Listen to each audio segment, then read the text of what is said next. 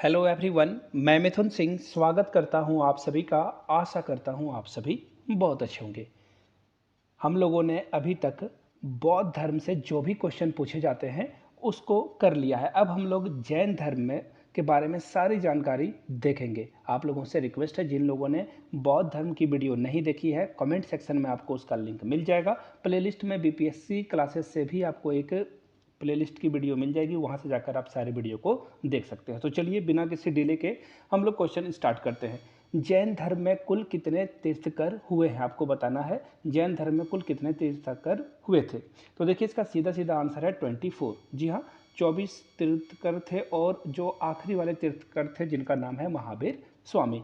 आप लोगों से रिक्वेस्ट है, पहले तीर्थंकर कौन थे उनका नाम आप लोगों को नीचे कमेंट सेक्शन में लिख देना है। एक और बात आप लोगों को लिखनी है, टोटल मैं 25 या 26 क्वेश्चन कराऊंगा, तो 26 में से कितने क्वेश्चन आप लोगों के सही हुए वो नीचे कमेंट करके आप लोग जरूर बताइएगा। चलिए अगले क्वेश्चन की ओर बढ़ते हैं।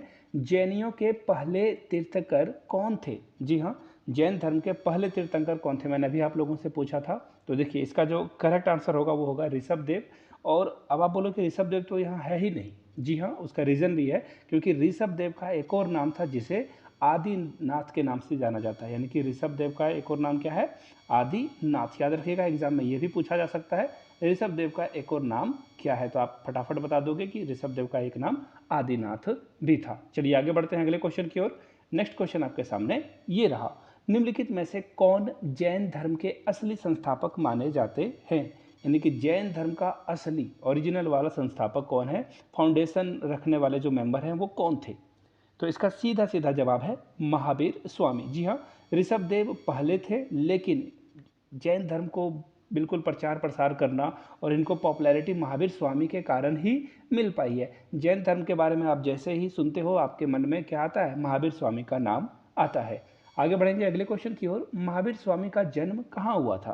तो देखिए मैंने बौद्ध धर्म में आप लोगों को बताया था कि कपिल वस्तु के लुम्बिनी में गौतम बुद्ध का जन्म हुआ था, लेकिन कुंडलग्राम में, याद रखिएगा, कुंडग्राम में जो है महावीर स्वामी का जन्म हुआ था। अब देखिए क्वेश्चन एक और भी पूछा जा सकता है या क्वेश्चन को बढ़ाया जा सकता है, मैंने नहीं बढ़ाया, मैं यही आपको बताने की कोशिश करूंगा।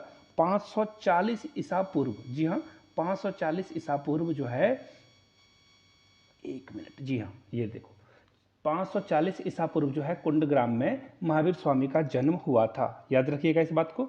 कहाँ पे? वैशाली में। कुंडलग्राम के कहाँ पे? वैशाली में। टू बी प्रिसाइज, अगर जैसे लुम्बिनी है गौतम बुद्ध का, तो वैशाली है इनका। याद रखिएगा इन चीज़ों को, कोई भी डाउट हो तो नीचे पूछ लेना है। एक और बात, हम लोग मृत्यु के बारे में अलग से भी पढ़ेंगे, क्वेश्चन उस पर भी होगा, लेकिन इनकी मृत्यु जो है वो पावापुरी में हुई थी। एक्चुअली ऑप्शन था तो मैंने सोचा कि आपको यहीं पे जो है उसके बारे में जानकारी दे दूँ।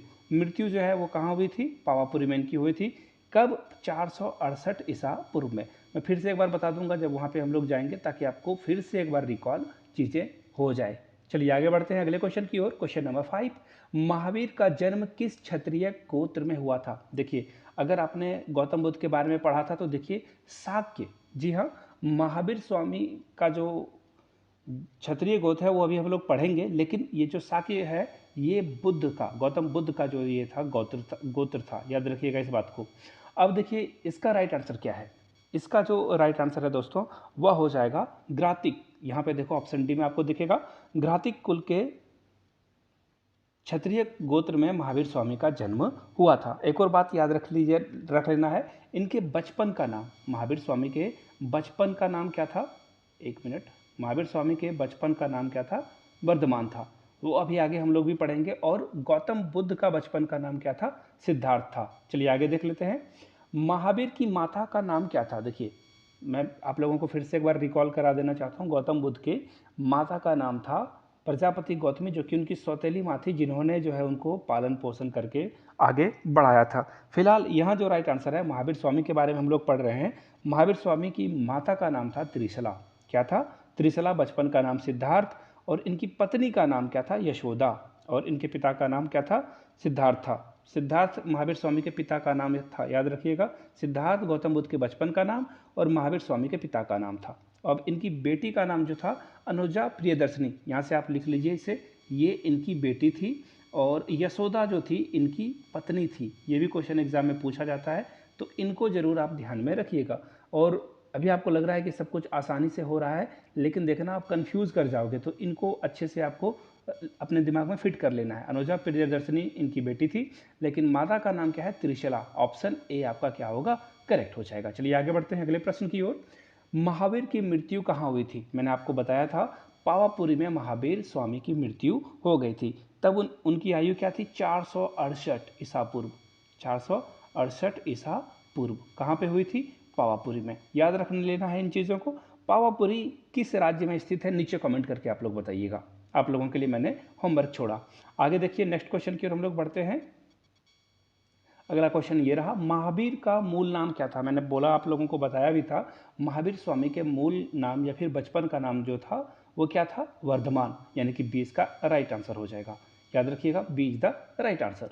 चलिए अगले क्वेश्चन की ओर हम लोग बढ़ते हैं। नेक्स्ट क्वेश्चन, जियो और जीने दो किसने कहा था? गौतम बुद्ध ने, महावीर स्वामी ने, महात्मा गांधी ने, या विनोबा भावे ने? तो देखिए, जियो और जीने दो को महावीर स्वामी ने बताया था। महावीर स्वामी ने क्या कहा था कि जियो और दूसरे को भी जीने दो, यानी कि 20 का क्या होगा? करेक्ट आंसर हो जाएगा। आप लोग से रिक्वेस्ट है, अगर आपको इसकी पार्ट 2 चाहिए होगी तो नीचे पार्ट 2 जरूर कमेंट कीजिएगा। अगर आप वीडियो यहाँ तक देख लियो तो मुझे पता चलेगा कि आप लोगों को इसका पार्ट 2 भी चाहिए होगा, तो नीचे कमेंट करके आप लोग बता दीजिएगा। जैन धर्म में पूर्व ज्ञान के लिए क्या शब्द दिया गया है? यानी कि पूर्ण ज्ञान जिसको प्राप्त हो जाएगा उसे क्या कहा जाएगा? देखिए, पूर्ण ज्ञान की प्राप्ति को कैवल्य कहा गया है। क्या कहा गया है? कैवल्य। याद रख लेना है इस चीज़ को, बहुत बार एग्जाम में ये मेनी टाइम्स पूछा जा चुका है, कैवल्य। लेकिन निर्वाण जो है मृत्यु को कहा गया है। अगर किसी को मृत्यु प्राप्त हो गई तो उसे निर्वाण कहा जाता है। हम लोगों ने बौद्ध धर्म में जब पढ़ा था इन चीज़ों को तो वहाँ पे ये बातें आई थी। महावीर और बुद्ध दोनों ने किसके शासनकाल में उपदेश दिया था? ये क्वेश्चन मैंने आपको बौद्ध धर्म के समय भी पढ़ाया था। इसका राइट आंसर क्या हो जाएगा? बिंबिसार। और एक और बात याद रखना है, महावीर स्वामी के जो हैं बिंबिसार रिश्तेदार भी थे। आई मीन ये इनके बीच में क्या था? रिलेशन भी था। ये जो है फैमिली में मैटर में भी इन्वॉल्व थे ये दोनों।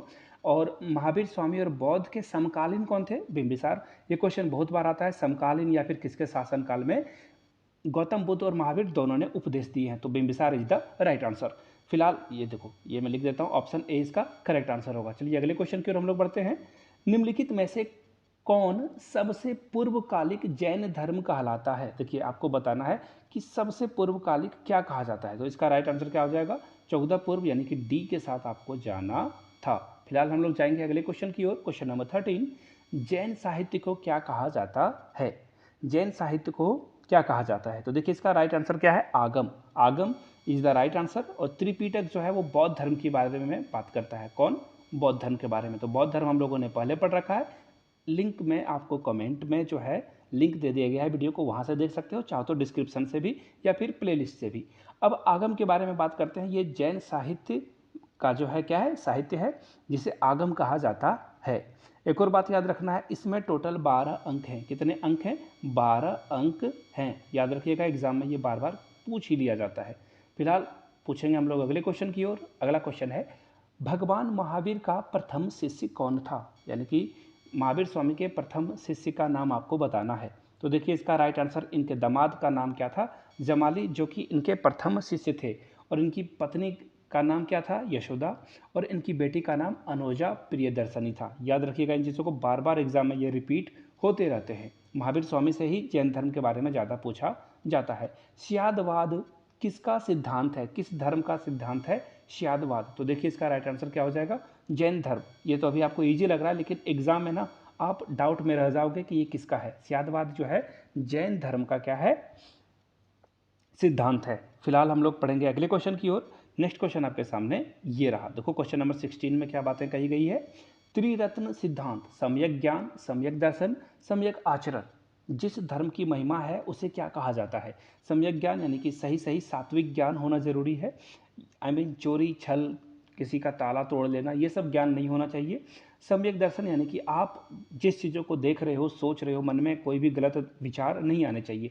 सम्यक आचरण यानी कि आपको व्यवहार भी सबके साथ अच्छा ही करना है। ये सारी बातें आपको कहाँ मिलेगी? ये सारी बातें आपको जैन धर्म यानी कि ऑप्शन ए में मिल जाएगा। चलिए फिलहाल हम लोग अगले क्वेश्चन की ओर बढ़ेंगे। क्वेश्चन नंबर 17, जैन समुदाय में प्रथम विभाजन के श्वेतांबर जो संप्रदाय थे उनके संस्थापक कौन थे? तो देखिए ये क्वेश्चन ना बहुत बार एग्जाम में आ चुका है। इसका राइट आंसर हो जाएगा स्थूलभद्र। अब देखिए श्वेतांबर और एक दिगंबर में ये बटा था, तो दिगंबर जो संप्रदाय थे उनके अध्यक्ष का नाम भद्रबाहु था, जिनके बारे में भी आगे भी हम लोग पढ़ेंगे। तो फिलहाल आगे बढ़ देते हैं हम लोग। प्रथम जैन संगीति का आयोजन कहाँ हुआ था? देखिए क्वेश्चन क्या पूछेगा एग्जाम में कि कब हुआ था, तो आपको बताना है 322 ईसा पूर्व में हुआ था। कब हुआ था? पहला 322 ईसा पूर्व में। और अभी हम लोगों ने क्या पढ़ा? दिगंबर और श्वेतांबर दो संप्रदाय में ये विभाजित हो गया था। इसी संगीति के बाद जो है ये विभाजित हुआ था। और क्वेश्चन में ये भी पूछा जा सकता है कि आयोजन किसके शासनकाल में किया गया? जैन संगीति का। तो इसका राइट आंसर क्या हो जाएगा? चंद्रगुप्त मौर्य। क्या हो जाएगा? चंद्रगुप्त मौर्य। याद रखिएगा, चंद्रगुप्त मौर्य के समय में ही प्रथम जैन संगीति का आयोजन हुआ था। कब हुआ था भाई? 322 ईसा पूर्व में। कहाँ हुआ था ये भी क्वेश्चन पूछा जाता है, तो आपको याद रखना है पाटलिपुत्र में। कहाँ हुआ है भैया? पाटलिपुत्र में। ये भी एग्जाम में पूछा जाता है। 1 2 3, एक के साथ 3 फ्री मिल गए आपको। चलिए फिलहाल आगे बढ़ेंगे अगले क्वेश्चन की ओर। नेक्स्ट क्वेश्चन आपके सामने ये रहा। द्वितीय बौद्ध जैन संगीति का जो है आयोजन कहाँ हुआ था? जगह का नाम आपको बताना है। तो बल्लभी, जो कि कहाँ है? गुजरात में है। याद रखिएगा, कभी कभी गुजरात भी ऑप्शन दे दे तो आपको डरने की जरूरत नहीं है। गुजरात में द्वितीय बौद्ध संगीति का आयोजन हुआ था। कब भैया? 512 ईस्वी में। कब हुआ था? 512 ईस्वी में। अब देखिए एग्जाम में ये भी पूछ लिया जाता है किसके शासनकाल में, तो आपको याद रखना है कुमार गुप्त के शासनकाल में। किसके शासनकाल में? कुमार गुप्त के शासनकाल में। चलिए आगे बढ़ लेते हैं अगले क्वेश्चन की ओर। नेक्स्ट क्वेश्चन आपके सामने ये रहा, क्वेश्चन नंबर 20। जैन साहित्य का संकलन किस भाषा और लिपि में किया गया है? भाषा का भी नाम बताना है, लिपि का भी नाम बताना है। तो देखिए इसका राइट आंसर हो जाएगा प्राकृत, यानी कि प्राकृत भाषा में इसका संकलन हुआ है। और लिपि का नाम है अर्धमागधी, यानी कि ए के साथ आपको बढ़ना था। और बौद्ध के बारे में अगर पूछ लिया जाए तो पाली आपको याद रखना है। क्वेश्चन नंबर 20, अनुव्रत शब्द किस धर्म से जुड़ा हुआ है? अनुव्रत की अगर हम लोग बात करें तो ये है राइट आंसर जैन धर्म। अनुव्रत जो है वो डी इसका राइट आंसर हो जाएगा। फिलहाल जाएंगे 22 की ओर। महावीर की मृत्यु के बाद जैन संघ का अगला अध्यक्ष कौन हुआ? तो देखिए टोटल 11 लोग थे, जिसमें से एक ही जीवित बचा था, जो कि जैन संघ की स्थापना के समय 11 लोग थे, उनमें से एक जीवित बचा और वही अगला अध्यक्ष यहाँ पे घोषित हुआ था। उसका नाम क्या था? उसका नाम था सुदमन। 20 का राइट आंसर हो जाएगा, ये याद रख लीजिएगा। अकेला जीवित व्यक्ति था। क्वेश्चन ये भी ट्विस्ट करके पूछ लिया जाता है।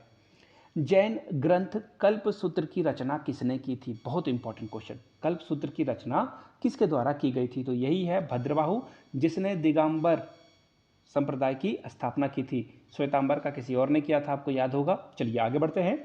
जैन तीर्थकर पार्श्वनाथ द्वारा प्रतिपादित 4 महाव्रतों में महावीर स्वामी ने 5वें महाव्रत के रूप में क्या जोड़ा? सबसे पहले 4 के बारे में पढ़ लेते हैं। 4 क्या क्या है? सबसे पहला है अहिंसा, यानी कि किसी के साथ मारपीट नहीं करना है, झगड़ा नहीं करना है, पहली बात। दूसरा है हमेशा सत्य बोलना है, जो कि अभी के समय में दोनों नहीं हो रहे हैं, सत्य बोलना है। तीसरा है एक मिनट में पहले लिख ही लेता हूँ। अपरिग्रह, मतलब कि आपको ज़रूरत से ज़्यादा खाने से पहनने के अलावा कोई और चीज़ की ज़रूरत होती है, उसे परित्याग करना, यानी कि ज़रूरत से ज़्यादा संपत्ति का जो है अर्जन करने की ज़रूरत नहीं है। जितने में आप खुश हो, खा सकते हो, पहन सकते हो, उतनी, मतलब ऐसे आप समझ लो कि ज़रूरत से ज़्यादा चीज़ों को एकत्रित करने की मनाही है जैन धर्म में। आखिरी क्या है? असत्य, यानी कि चोरी नहीं करना है, चोरी नहीं करना है। ये सारी बातें कहाँ पे? जैन धर्म में बताई गई है। तो 5वें के रूप में जो पार्श्वनाथ थे उन्होंने क्या जोड़ा था? सॉरी, महावीर स्वामी ने क्या जोड़ा था? इन लोगों ने 4 जोड़ रखे थे, उन्होंने ब्रह्मचर्य को जोड़ दिया, यानी कि ब्रह्मचर्य का भी पालन करना अनिवार्य कर दिया गया था। किसमें? जैन धर्म में। चलिए आगे बढ़ते हैं। महावीर स्वामी के भिक्षु संघ की प्रधान कौन थी? उनका नाम आपको बताना है। तो देखिए इसका जो राइट आंसर होगा वो होगा चंदना। सी इसका राइट आंसर होगा, याद रख लीजिएगा, त्रिशला मत मार देना, ठीक है। चलिए, प्रसिद्ध दिलवाड़ा का जैन मंदिर कहाँ स्थित है? प्रसिद्ध दिलवाड़ा का जैन मंदिर कहाँ स्थित है? ये राजस्थान में स्थित है। और आपको देखिए ऑप्शन भी देखो, सारे राजस्थान के ही शहरों के नाम आपको दिखाई दे रहे होंगे, लेकिन ये तीनों ऑप्शन इनकरेक्ट है। सही आंसर है आपका माउंट आबू। कौन सा राइट आंसर है? माउंट आबू। अब जाते जाते मैं आप लोगों से रिक्वेस्ट करता हूं कि आप लोगों को नीचे ना कमेंट करके महावीर स्वामी के बचपन का नाम, महावीर स्वामी के पिता का नाम, महावीर स्वामी के दामाद का नाम और इनकी माताजी का नाम आप लोगों को नीचे कमेंट सेक्शन में लिख देना। ये 4 क्वेश्चन मैंने आप लोगों के लिए होमवर्क छोड़ा। आपने कितनी पढ़ाई करी और कितने चीज़ों को अपने माइंड में फिक्स करके रखा है, नीचे कमेंट करके बताइएगा। वीडियो को यहाँ तक देखने के लिए आपका बहुत बहुत शुक्रिया। अपने दोस्तों रिश्तेदारों तक इस वीडियो को ज़्यादा से ज़्यादा शेयर करें और उन तक ये जो इन्फॉर्मेटिव क्लास है वो ज़रूर पहुँचा दें। चलिए इसी तरह से क्लासेस आती रहेगी। आप लोगों से रिक्वेस्ट है प्लेलिस्ट को चेकआउट करते रहिएगा, वहाँ पे क्लासेस अपडेट होते रहेगी। नए हो, पहली बार चैनल पे आए हो, चैनल को सब्सक्राइब कर लेना है, घंटे वाला बटन दबा देना है और इस वीडियो को ज़्यादा से ज़्यादा लाइक और शेयर कर देना है। Thank you so much.